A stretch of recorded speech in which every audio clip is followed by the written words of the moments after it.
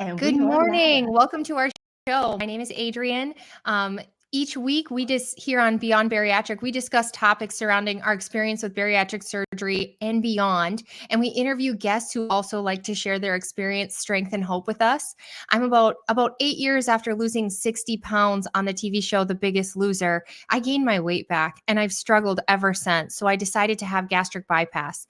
And since my surgery, I've had tremendous issues, and now 10 years later, have found my way to a meat-based diet. Before I introduce our guest, I'd like my co-host to introduce herself. G, tell us about your surgery and your channel.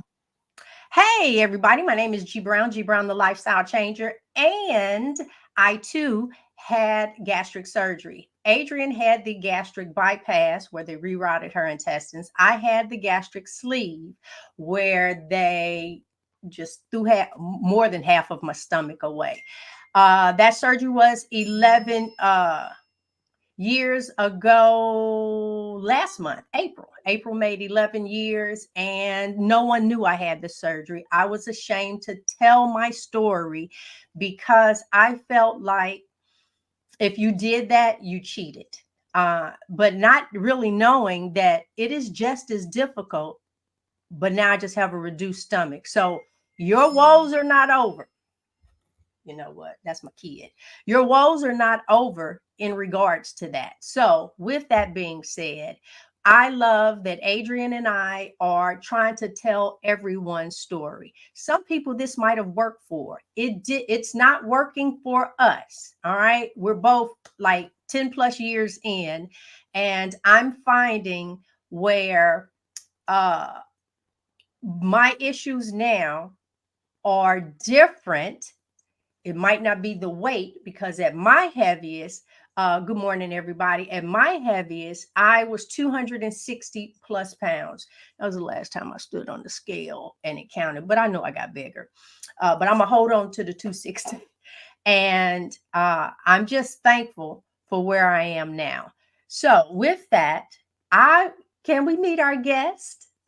Yeah, I'm going to tell you a little bit about her. She's a very Yeah. special guest. She had the gastric band, so a different surgery than G and I. So now we've got most of the surgeries covered. You might recognize her. She was just on Coach Bronson's channel telling her story. You might also recognize her. She's a certified primal health coach. She's on social media, Keeping Us Keto. I'd like to introduce Michelle. Hi, Michelle. Yay. Ooh, Hi, thank you Michelle. so much. Wait a Thanks for minute. coming on our channel today. Could you tell us a little bit about yourself, like how life has been and how you ended up how did you figure out that you would like to get the gastric band? Oh boy. All right. So my struggles with weight, like a lot of people, started when I was little. I mean, I think I was put on my first diet when I was 9 or 10 years old. And, back then, 1986, people don't think of, you know, children who have weight issues or who, go after food constantly are dealing with something else in their life. And I had a fairly significant life change happen the summer of 1986, where we moved from Iowa to Las Vegas. And I was away from my mom for about 6 weeks. I was living with my dad at the time. And food. Oh, food. Yes. And in that 6 week period, I gained about 15 pounds. And again, I was 9 years old. So I get off the plane in Las Vegas. My mom doesn't even recognize me. She is horrified at this, morbidly obese child that's coming off of an airplane. And I got put on my first diet that next day. And it was a constant struggle from then, from, middle school, high school, getting pregnant with my son when I was 20 years old. I gained 75 pounds when I was pregnant with him. And then, oh, shoot, that weight doesn't come off after you have the baby. Oops. So I went through many, many different options to try and lose weight. I went on phentermine. I didn't do fen-phen because that was dangerous, but phentermine was okay. I did Weight Watchers for probably a culmination of 10 years. I did different, Slim Fast, Dexatrim, all the weight loss medications, all the over-the-counter stuff. And yes, I would lose weight and then it would all come back as soon as I stopped, plus some. So I met my husband. We got married in 2007. And He loved me no matter what, big or small, because I was both in, the first 4 or 5 years of our marriage. And I had friends who had had surgery, weight loss surgery in the past. And it is something I said I would never do because number one, I couldn't afford it. And number two, most of them had some fairly significant issues after they did it, which I wasn't interested in doing. So fast forward to 2011, I am at the heaviest weight of my life at that point, which was 275 pounds. I was just a miserable being. I had gone in and started therapy to work on myself. And then all of a sudden, I discovered that my health insurance at the time would cover weight loss surgery 100%. Ooh, that was a big hurdle. Okay, so maybe this isn't such a bad thing. So I start going to the seminars. And at that time in 2011, sleeve was fairly new. My health insurance would not cover that. So my two options were gastric bypass or gastric band. And I did not want to do bypass because, like I said, I'd had a number of friends who had had that done in the past. And all of them were about 5 years out and were having significant health issues because of it. Most of them iron deficient, having to go in for the infusions and all that. So I didn't want to do that. I didn't have the option of sleeve. And then I was like, well, you know what? This thing is removable. It is the least invasive. And in my opinion, was the least barbaric option because they weren't cutting anything out of my body. It's so much safer to wrap a plastic band around your stomach, right? So that's what I did. That was the option I went with. And I should have at my seminar had red flags all over the place because they had a woman who was presenting there who was a prior patient of my surgeon who actually had to have her band removed and placed the day after surgery because she got sick from the anesthesia. She was purging and hurling and everything else, and her band slipped. But the doctor said, oh, that is a very, very, very rare complication. It happens in, 1 in 150,000 people or something like that. Oh, okay. I don't need to worry about that. So May 27th, 2011, I went through and I had my lap band. And it was one of the happiest days of my life. I've got a picture of me sitting in a hospital bed with my little hair thing on. And I'm like, yay, here we go. I'm so excited. And I remember coming out of anesthesia and asking them if I was skinny yet. So, because that was all that mattered to me was getting skinny. Like that was my goal, because if I got skinny, every other problem I had in my life would be fine. Everything would be resolved. Whew, boy, did I have a lot to learn. So the procedure itself was about 15 minutes long. It is very fast to do it. Yeah. They take the band that has a little silicone tube on the inside of it. They wrap it around the top part of my stomach and basically the bottom of my esophagus, the top of my stomach, to create my stoma. That could not hold more than 3 ounces of food, as you ladies know. 3 ounces is like our sweet spot, right? So I had to start out with my liquid diet, and then I was able to go into mushies and this and that. Well, when you're not consuming more than 500 to 800 calories a day, yeah, you start losing weight really, really quickly. And my weight went down fast. Excuse me. But I had this magic number in my head. I had to lose 100 pounds in the first year in order to be a success, because that's what everybody did. 100 pounds. What is it with that number in the first year? That's what everybody shot for, was 100 pounds. So I really did not do a whole lot of exercising or anything else at that point. I just starved myself. And, that's the gist of it. Was I wasn't able to eat. So yes, I lost an incredible amount of weight. I lost an incredible amount of muscle. Right around Christmas of 2011, things kind of started slowing down. I wasn't on track to hit that 100-pound mark. So of course I start exercising. And I'm not talking like good exercise. I am saying chronic cardio. I was at the gym 5 to 6 days a week doing 1 hour to 2 hours of cardio every single day, because that's what you did to be able to lose weight. I needed to get skinny. That's what I have to do. Not taking into account the other effects it was going to have on my body, and the fact that I was going to end up with hanging skin, and I was going to have other issues that came into play. So come May of 2012, my weigh in that day was 198 pounds. I did not hit the 100-pound weight mark, and I was a failure because of that. I was so disappointed in myself because, it's all about that 100 thing. I mean, granted, I was in Wonderland again at that point, which was exciting, but I didn't hit 100-pound weight loss. And let me tell you, ladies, I never hit 100 pounds of weight loss through my entire process. So I continued with the chronic cardio, trying to lose weight. I started running. I actually ended up fracturing my foot because I was running so frequently because my goal was to get skinny. I don't think I got below a size 10 in my clothing. The lowest weight I ever hit was 179 pounds. So I was 4 pounds shy or 3 pounds shy of the 100-pound weight loss after having surgery.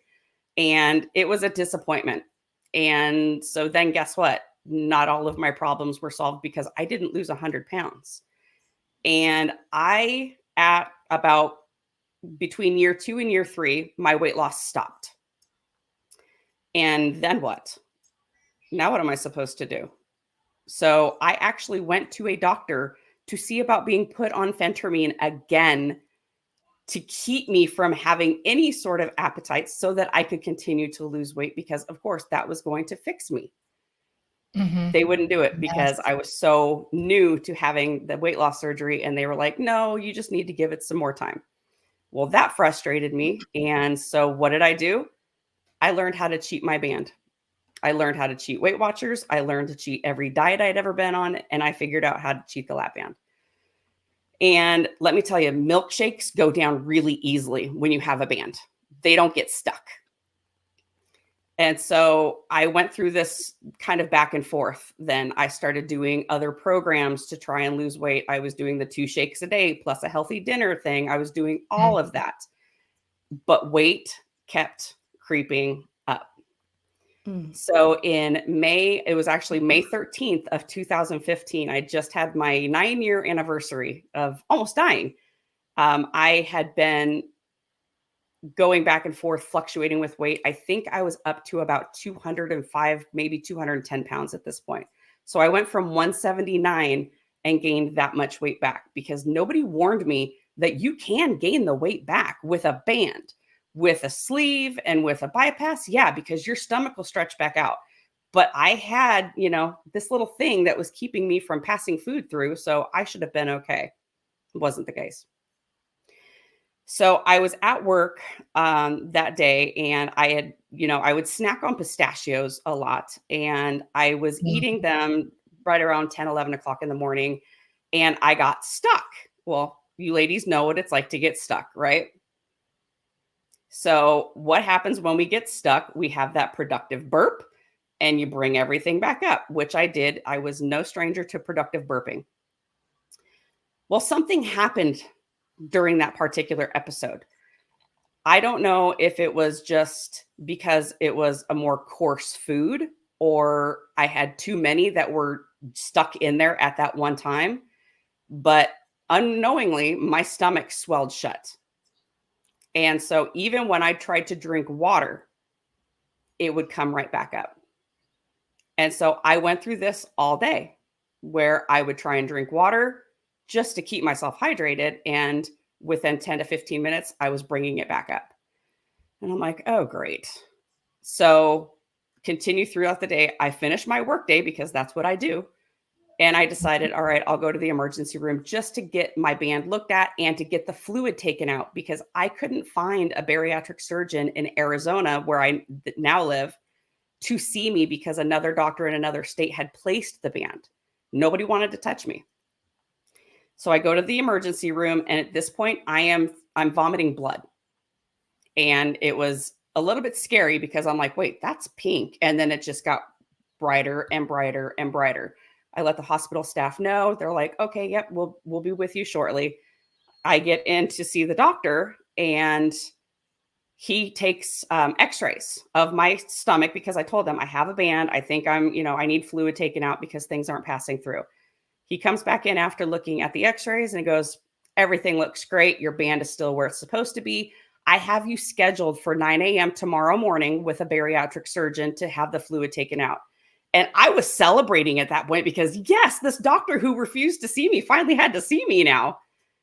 And I went through the entire night doing the same thing all night. And the next day, I was so weak because I was dehydrated. I basically had no water for, almost 24 hours.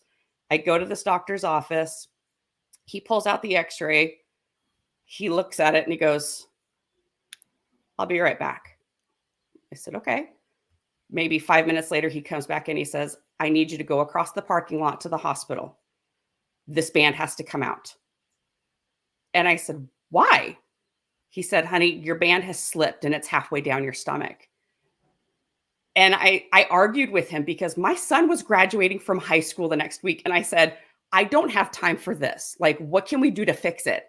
And he said, "No, it needs to come out." And I started bawling because the first thing that came to my head was, I'm going to get fat again. And in my mind, getting fat again was worse than dying. And I tried to argue with him. Finally, I begrudgingly went across the parking lot. They had me in the operating room in less than an hour. My husband got there while surgery was going on. Like, this was a very unexpected occurrence. The surgery was about an hour and a half to remove my band. It was 15 minutes to put it in. It was about an hour and a half to take it out. And he had the camera in there and was taking photos as he was doing things step by step. And so I go through the surgery. Okay. I get wheeled into recovery. He comes out to talk to my husband.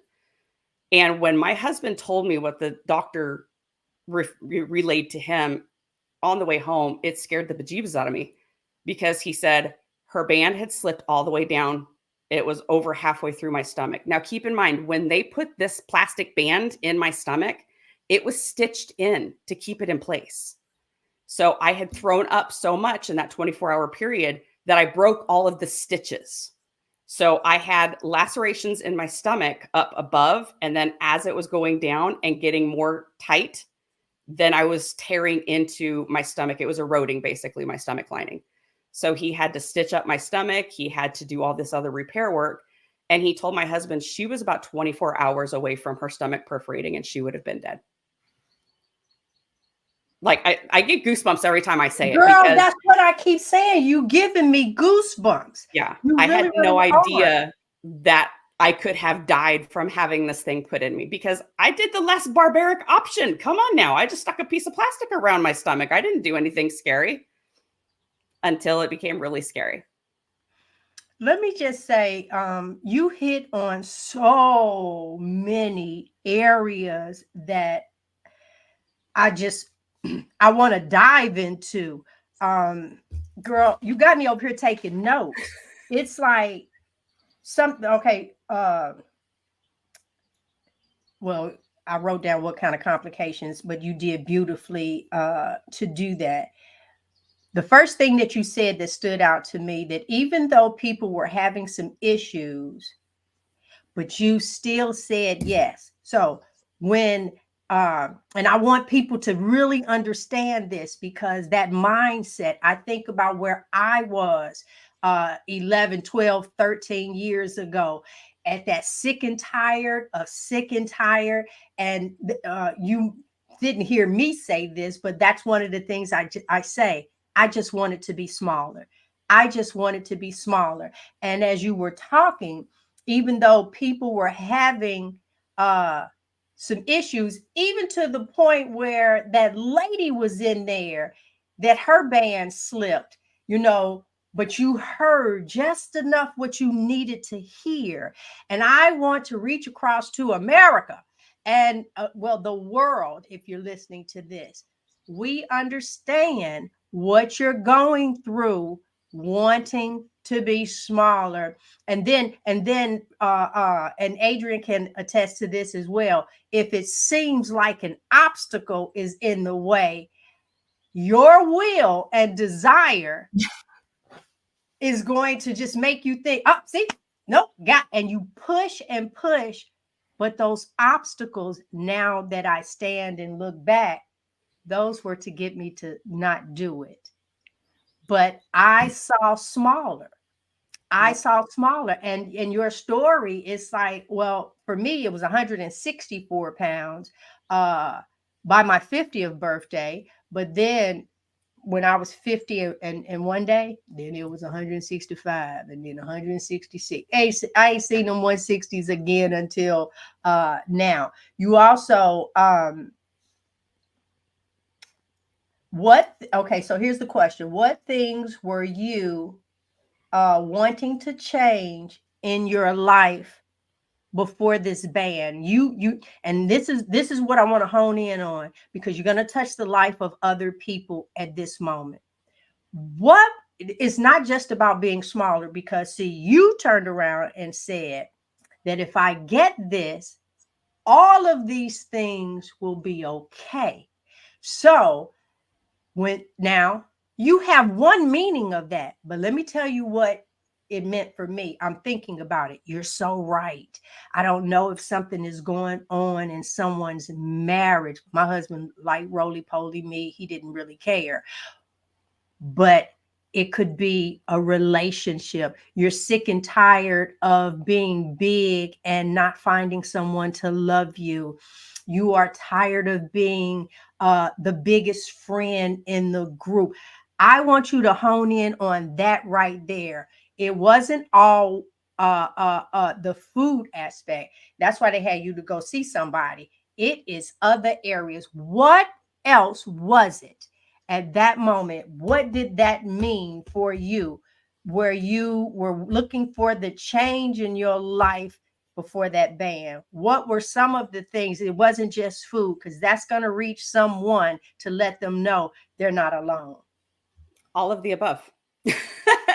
So my husband and I were at that time, we were kind of struggling in our marriage. And I figured, okay, if I look a certain way, then he's going to feel a little bit different about me. And keep in mind, most of this was me self-sabotaging. So we were struggling a bit, which all we had to do was communicate. Go figure. We have to talk to each other. That works. Okay. I was in a business at the time where every woman around me was tall and thin and beautiful and perfect, and they made so much money, and I didn't.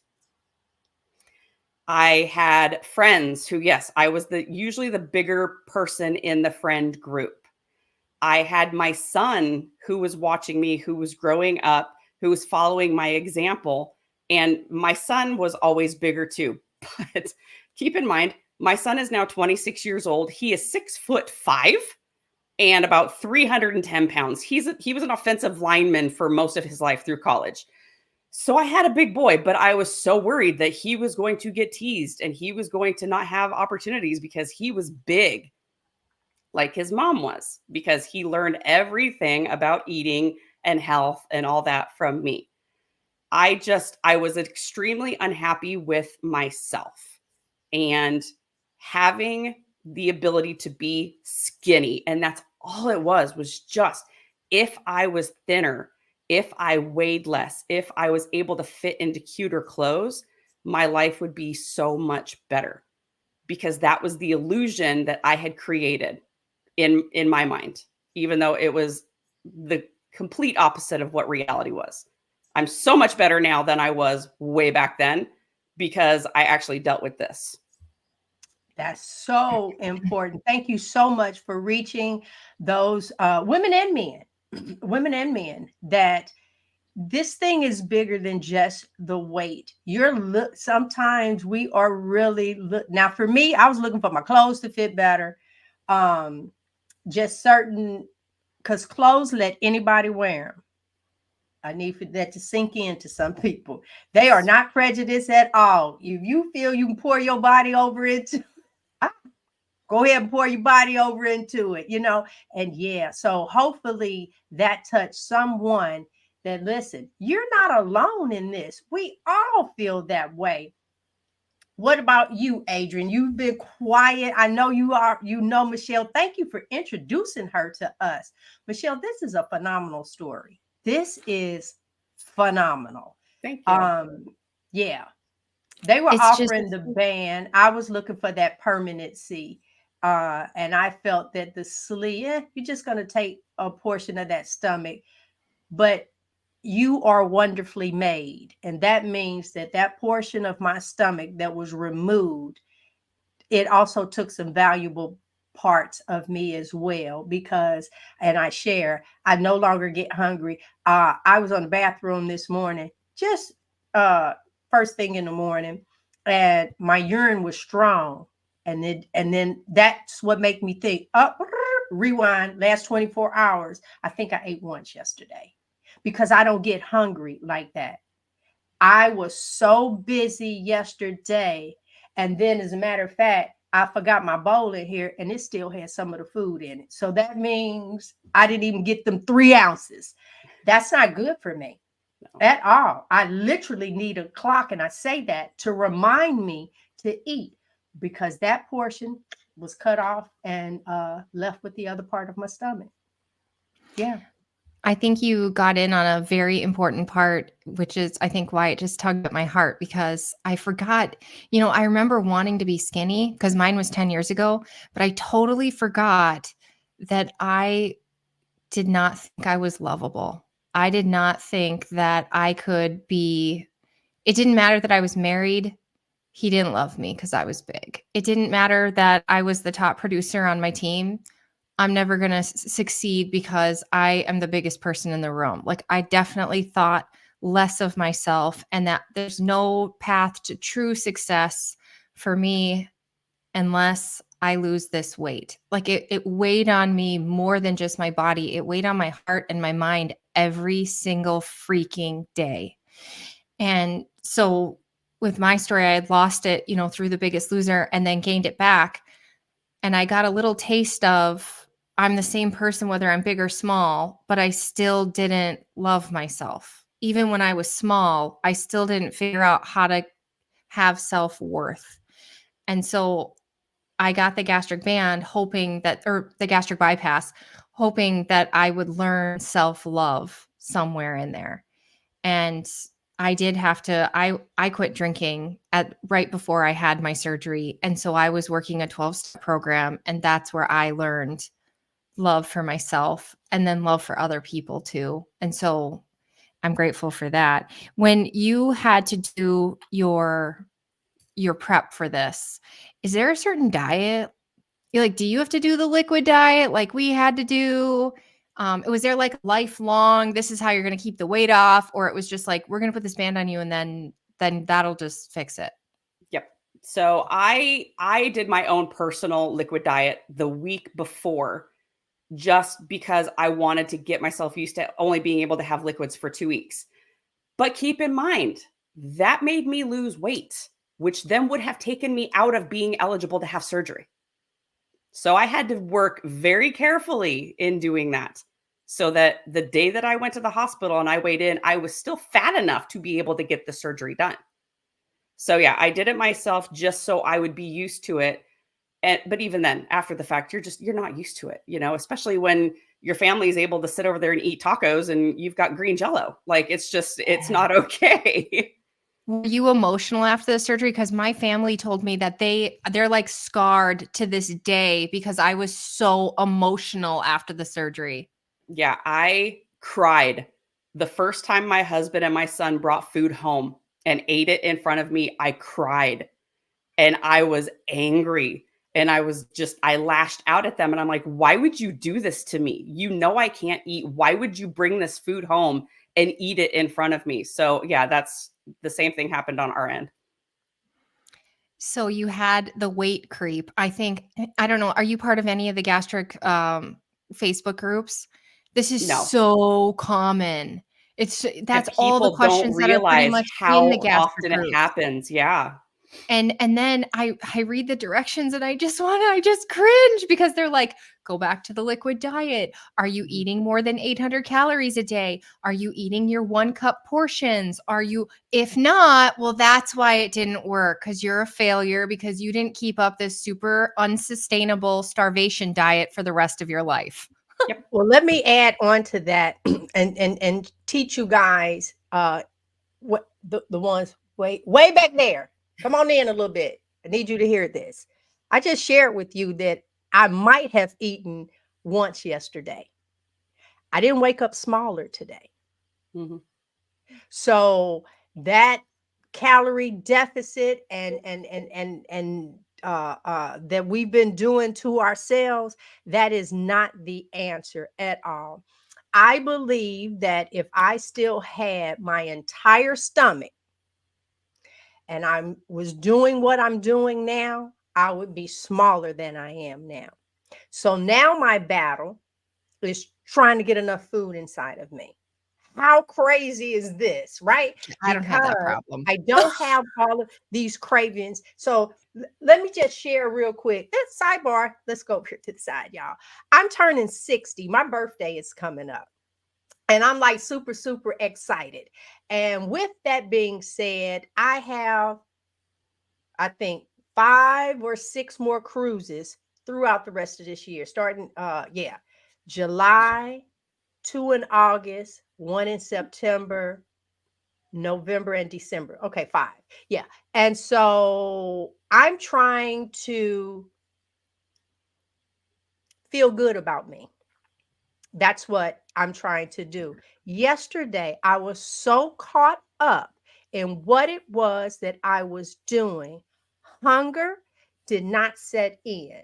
So I'm saying to you, if that's all it took, I would be so much smaller than I am now. But keep in mind, I have to constantly say this. I didn't eat. I just lost muscle. So if that scale goes down, I'm not excited about it because I don't know if it was a pound of muscle or a pound of fat. Well, I ain't got much fat on me. So I know that I'm working down in regards to the muscle. And so that's not the answer for us. I am not kidding. And I say it all the time.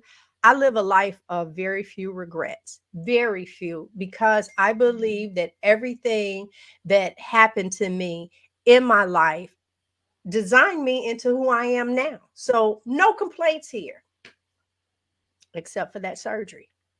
It's like I feel 33 on the inside, but then in the last couple of days, uh guys, I've been like, what if I'm doing all the right things now, but I can't get enough food inside of me to really live these additional 50 years? When I say to you, because of how I'm living my life now, I believe wholeheartedly that I have at least another 50 years. That's what made me get braces. Got to chew this meat. I got to do all these different things. My life is not over turning 60. Honey, I just turned a cartwheel. I've just done all of these different things that I don't normally do. Hey, I forgot that was going to happen. wait. Yeah, let's just get a whole thing going on. Y'all ready?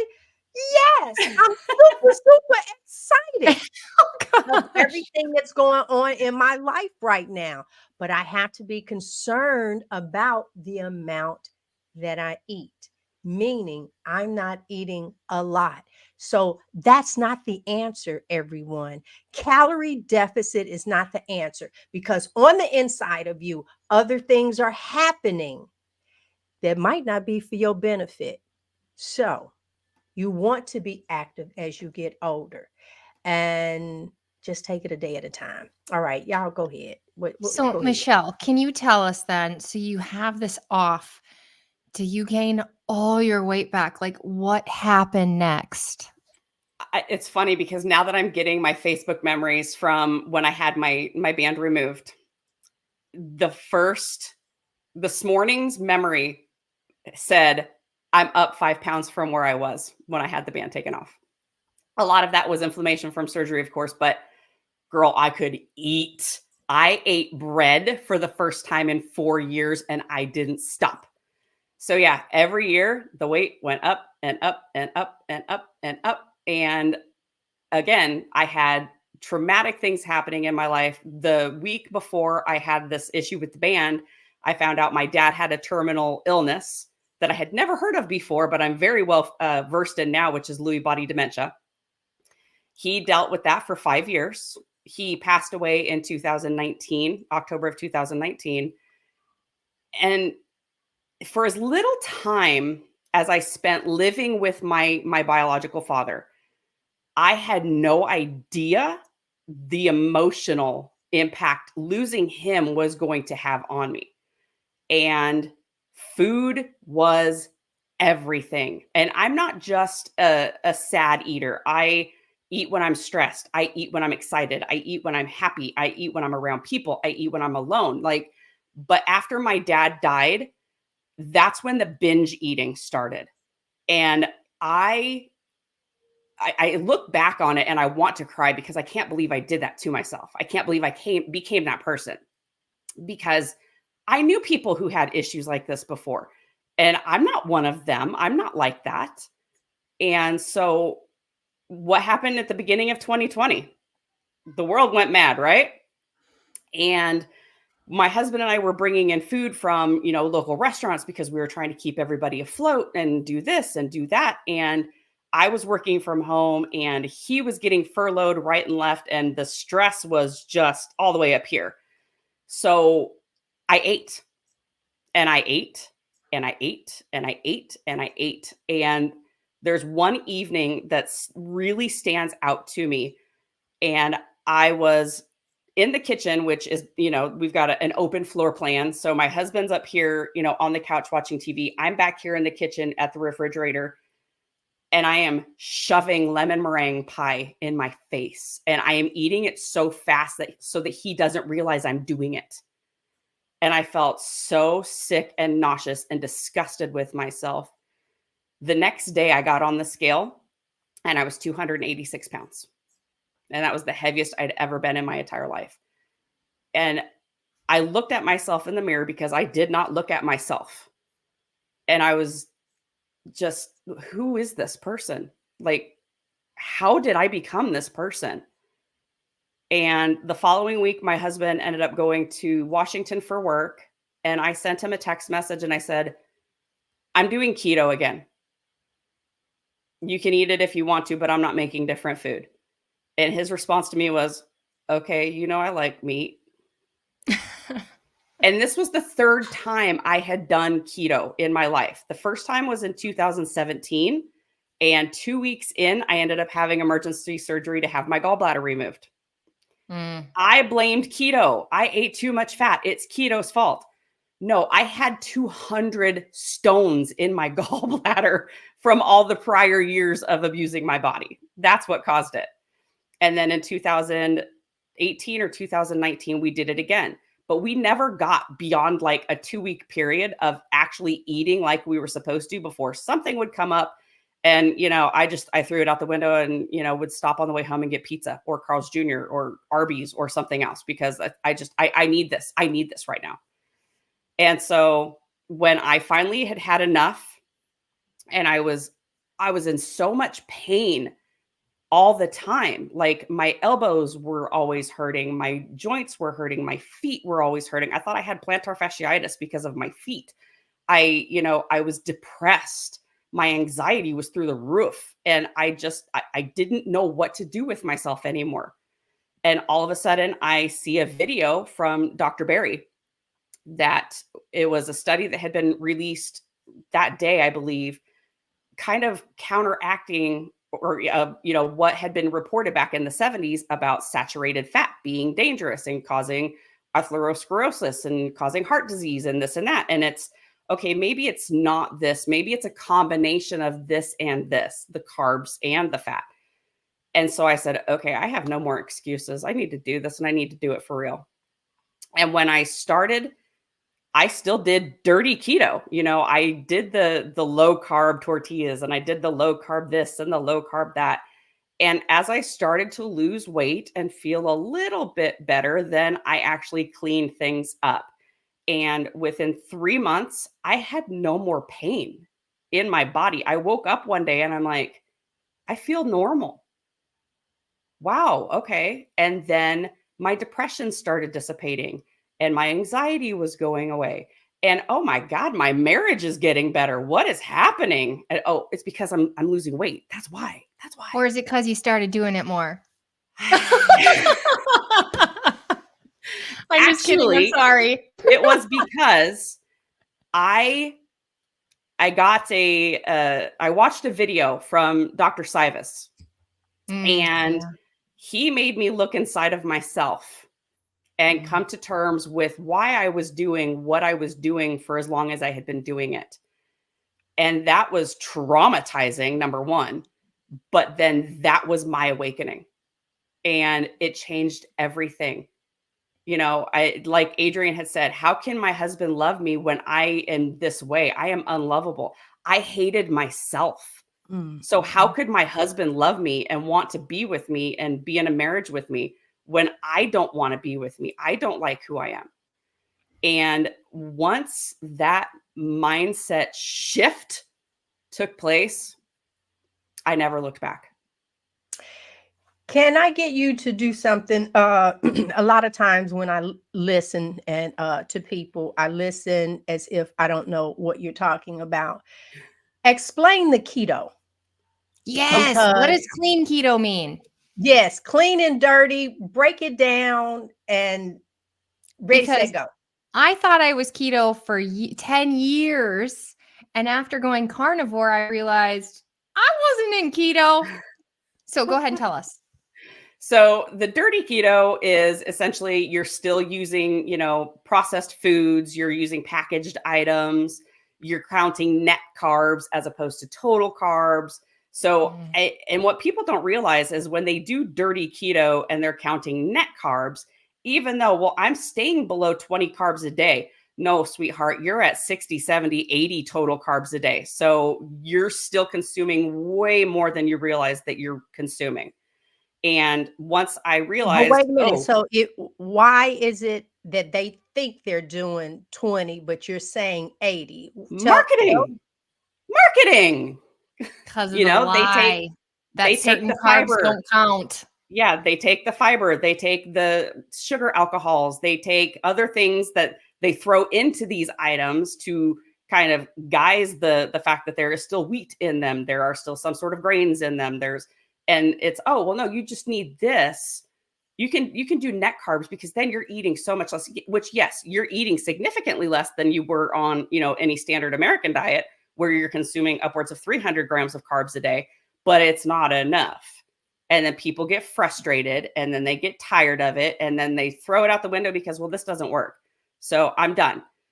But then you go to Whole Foods and you start actually counting and paying attention to your total carbs and tracking what you're eating and looking at it, you know, every single day and saying, "Ooh, okay, now I get it."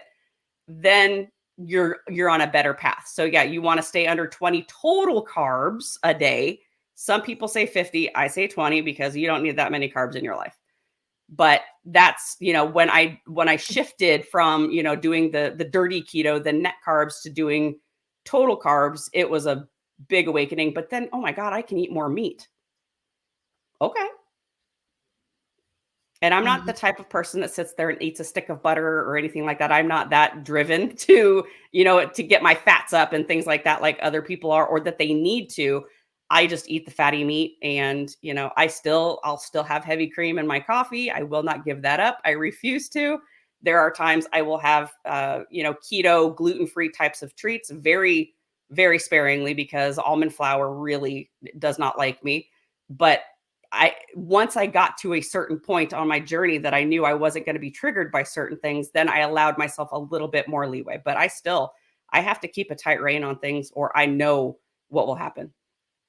I wish people knew too that sure, this might be low carb, but the carbs that are in it are rice, potato, I forget what the other ones are, but they're like insanely higher glycemic than Yep. wheat would have been. And it's spiking Tapioca your starch. insulin, which is causing you cravings, which is causing you to store fat. So they're calling it low carb, but it's actually working against you. And then they fill it with soy and chemicals and inflammation. And almonds should not be ground up.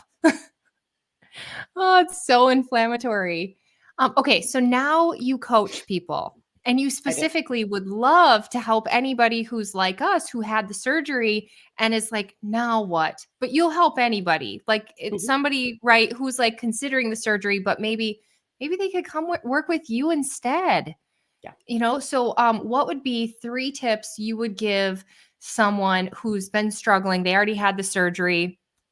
Now what do I do? Should I go back to a liquid diet and eating 800 calories, or what should I do? Help me. So my first thing would be, why did you do this? What was the reason why you decided to undergo a medical procedure to alter your physiology in order to lose weight?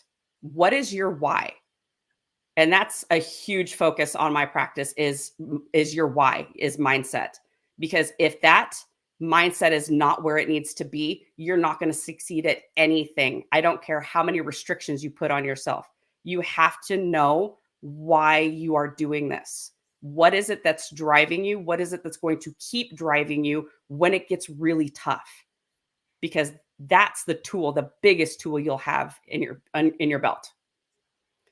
Number 2 would be to take a really good look at how it is that you're eating. What is your menu like? What do you eat every single day? What time do you eat every single day? When you are hungry, are you actually hungry? Do you know your hunger signals? Do you know your cues? Or are you just eating because? And then number 3 would be, girl, let's get lifting some weights, because we have got to lift the heavy things. We have got to build the muscle. That is going to burn fat so much faster than starving yourself is going to. Yeah, one of my biggest complaints about The Biggest Loser is, let's lose as much weight as we can, even if that means that I'm now a skeleton, an unhealthy skeleton that's going to fall over, which you can't really tell on the men. But when you were behind stage, you were like, oh my gosh, this person is sick. This person's really sick. But I like the muscle thing. The more muscle we have, the stronger we are, the more longevity, and the more meat we can eat. Exactly. Right? Let me show people where they can find you. Okay. Because you are on Instagram, you're on YouTube. Oh, I didn't pull up, but you have a website which people can get off your link tree for your coaching. And it is actually through Bronson's, his website. So it's coachbronson.com/F2 bootcamp. Oh, here it is right here.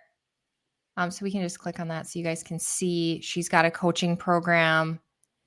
And you're a primal health coach. I like that. That's a little, you're specifically not going to say, listen, why don't you just eat some potato chips in moderation, right? Never. No, and I like the primal aspect of it because it's how our ancestors ate. I mean, back when we were getting eaten by dinosaurs, we weren't dying from heart disease and things like that. Like, we ate what we had available to us. We ate the whole food that was around us. If that meant at certain times of year, we ate certain types of foods, which yes, did end up bulking us through the winter, then that's what we did. If we, during the summer, want to have, some berries that are in season, then that's okay, but again, don't overdo it, especially if you've got triggers. It's not a cookie cutter program for me. I don't put my clients on the same program whatsoever. It depends on where you are in your journey. It depends on what your goals are and what you need for your specific body. Yeah, my triggers would be food addiction and hormone issues. So it'd be different than a person who's just, I don't know, everybody's got their thing. Okay. And I've then got women who are trying to lose 100 pounds. I've got women who are trying to gain 15 to 20 in muscle. I mean, I've got the whole spectrum there. Ooh, I do love. Do you work all the programs that they offer? Because I know they've got like Mommy Muscle and. I do Muscle Mommies, and it is freaking amazing. I hate exercise. I am not going to lie. I am a health coach and I hate exercise.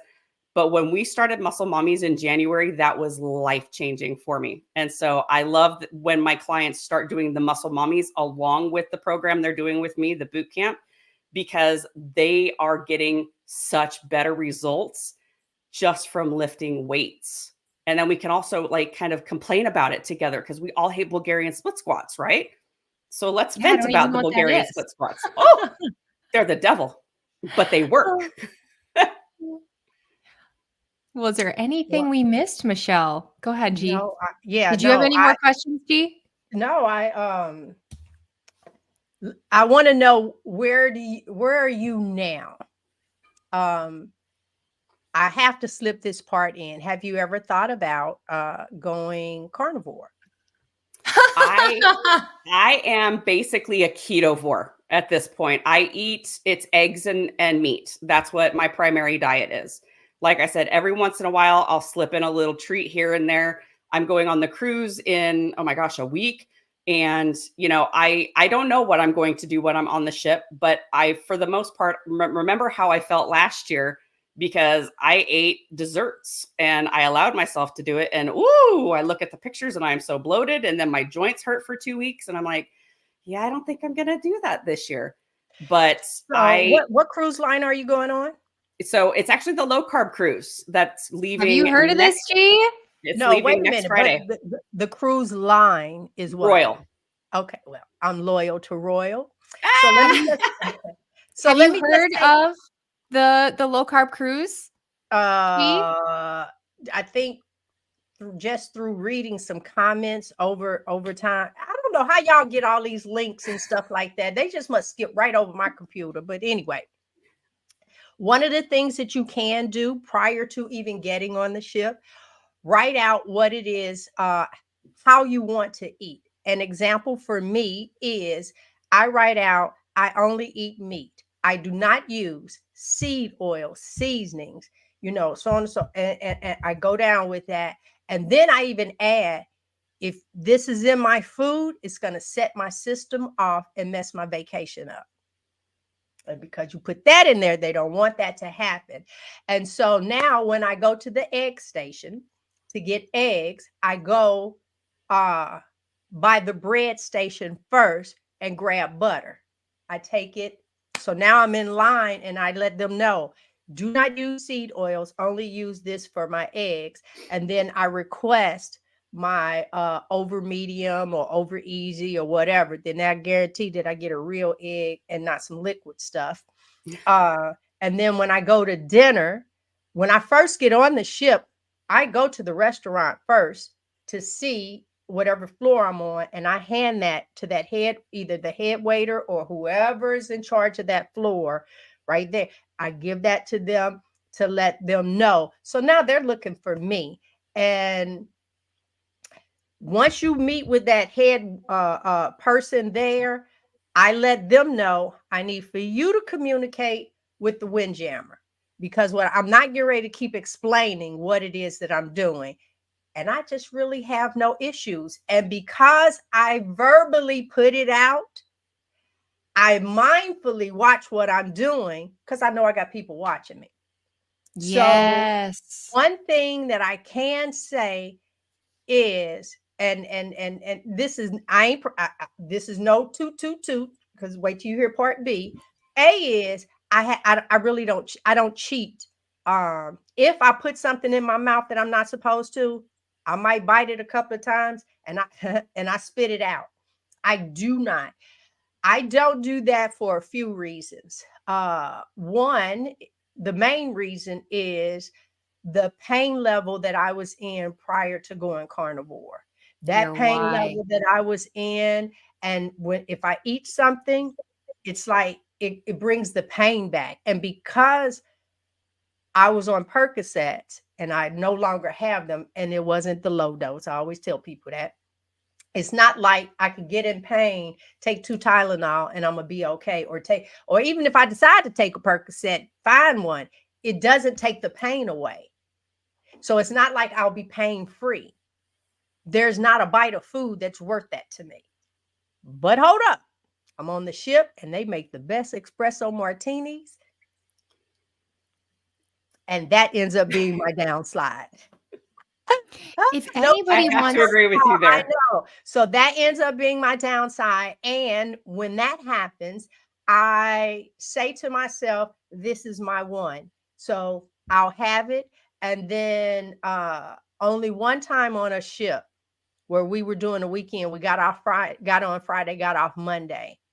And because I am loyal to Royal, between him and I, we get 10 drinks a day for free. Mm-hmm. And we didn't make the 10, but I made quite a few.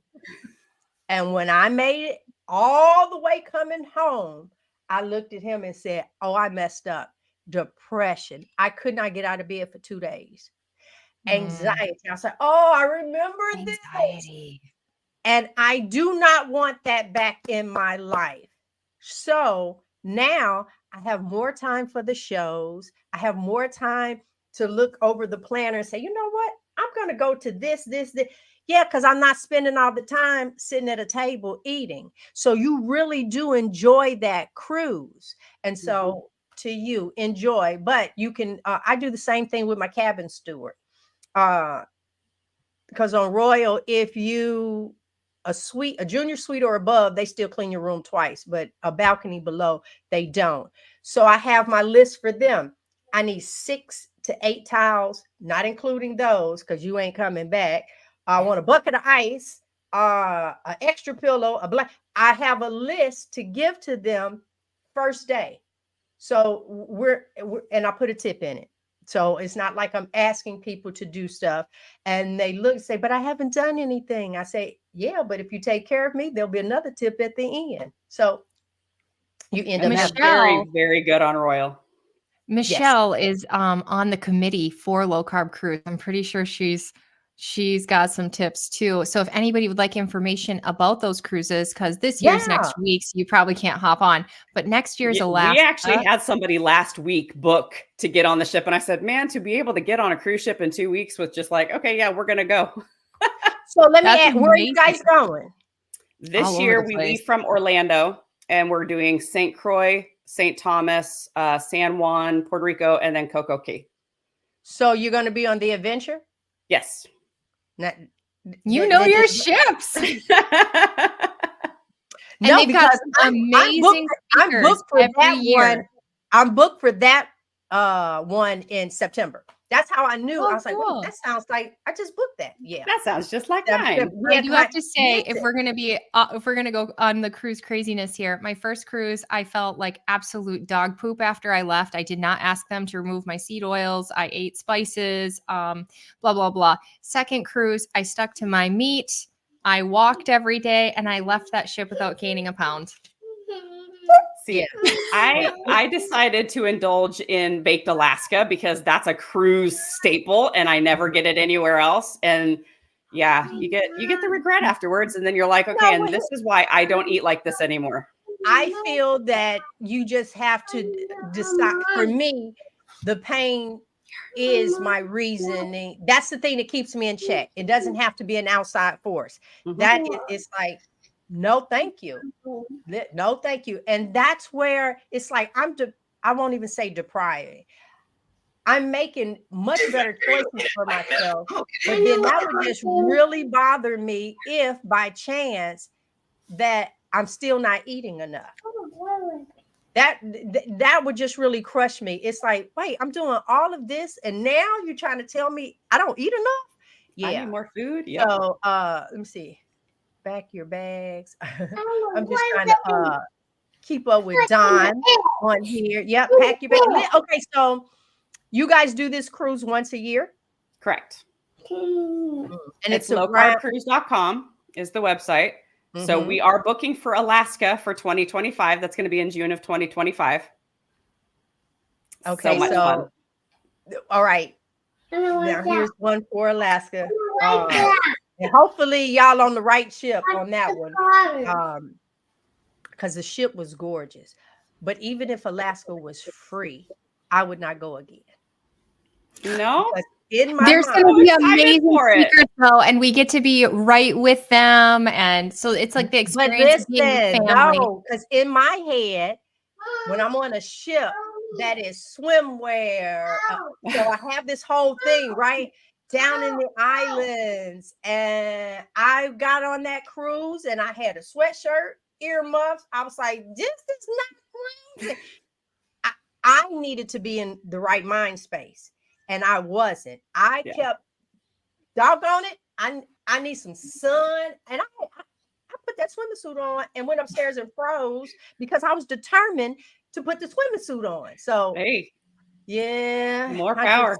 That was not, No. Alaska is on my bucket list. So the fact that we were able to do Alaska, I was like, we're doing it. No, anybody, you have to do it. Beautiful. But I just need to fly there. That's what I need to do. That I cannot mix that cruise ship. But listen, when you go to I'm going to give you another one, St. Martin. In St. Martin, there is an alcohol. And you might not drink, that's fine, but these make excellent gifts. It's called BBD, and that is the YouTube version that I'm going to say. It is actually called Big Black, and you just think of what D is. That's the physical name. I got some upstairs, right? But they did that good. I didn't even open the stuff. But I'm giving that away as gifts. Baby, my gift always wins. So I'm going back because I have upstairs, I have the regular and the vanilla, but there are other flavors. I'm going back for coconut. And it's a pirate on the front, and it's written out Big Black on the front. And I love and it's only in St. Martin, but I love going to all the other islands and walking in. Hey, do you guys have Big Black? Oh my gosh, like, you're one of a no, kind. we I don't love have you. BBD. It's only in St. Martin. I say, I knew it. I just like saying it. So much fun. Well, Michelle, I really appreciate you coming on here and telling your story. I hope that it helps someone, because even if they're considering getting the least invasive surgery, it may not last long term and it can have significant consequences. And so there's other options, whether you've had the surgery or not, of how we can have lifelong weight loss and lifelong success. I really appreciate you telling your story. Is there anything else I missed? Michelle? No, I thank you so much for having me on. I appreciate it. And it was amazing meeting the two of you. Well, thank you for coming on. Your story is amazing. And I really hope, whether it's live or replay, thank you guys for hanging in with us. But I will say that whatever your issues are, they don't go away with the surgery. Amen. Thank you. We'll catch you next week, as we have actually another story next week to share with you of how things went and what they're doing today. So thank you guys. Have a great day.